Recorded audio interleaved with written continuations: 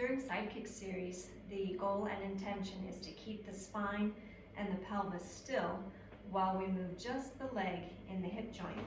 So you can give yourself a little bit of a base, and you can keep your hand in front if you need to, but a good aid in helping you feel if you are keeping your spine and your pelvis still during side kick series is if you can lift that hand off of the mat and you feel whether or not you're tipping forward when the leg goes back and flexing as the leg comes forward.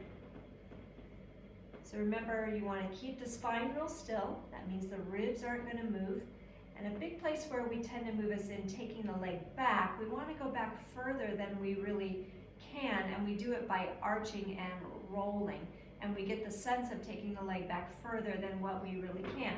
So if the leg is just going to move in the hip joint, there's only a little bit of ways that the leg goes back into extension, and especially when we're keeping our balance and our stability, before we start to tip to counterbalance, or before we start to arch the back to feel like we're getting the leg back further than what we're really doing in our hip extension.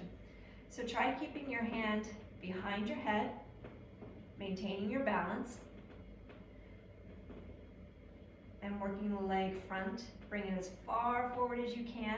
And again, we want that to be just hip flexion, not spinal flexion. So make sure that the tailbone doesn't tuck and you don't roll back into your low back and tuck and flex your spine, but that the spine stays long and the flexion just happens at the hip.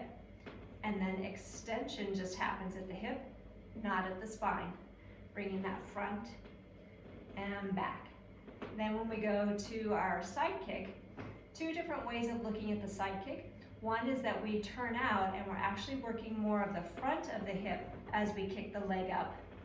Or we keep the leg with the knee and the toes pointed forward and we're working actually more of the glute and lifting here. So if we're doing true abduction, the leg is slightly behind the body and we're reaching for the wall and lifting up. Now there's only so far that the leg can go in true abduction before we start to compensate by moving the pelvis into the waist. So that's what you want to watch for when you're lifting and lowering the leg in abduction. If we're going to actually turn the leg out and really kick the leg up and we're focused more on inner thigh, then we're going to be using more hip flexor, bringing the leg up and down.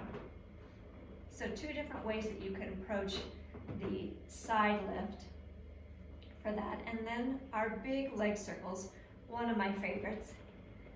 Really getting that big circumduction of the head of the femur in the hip joint. And again, you want to really work on maintaining your stability. Stability first and then movement. So if you need to keep your circle smaller to maintain your stability, work for your stability first. Keep a smaller circle, and then slowly start to increase the range of your circle as you can maintain your stability.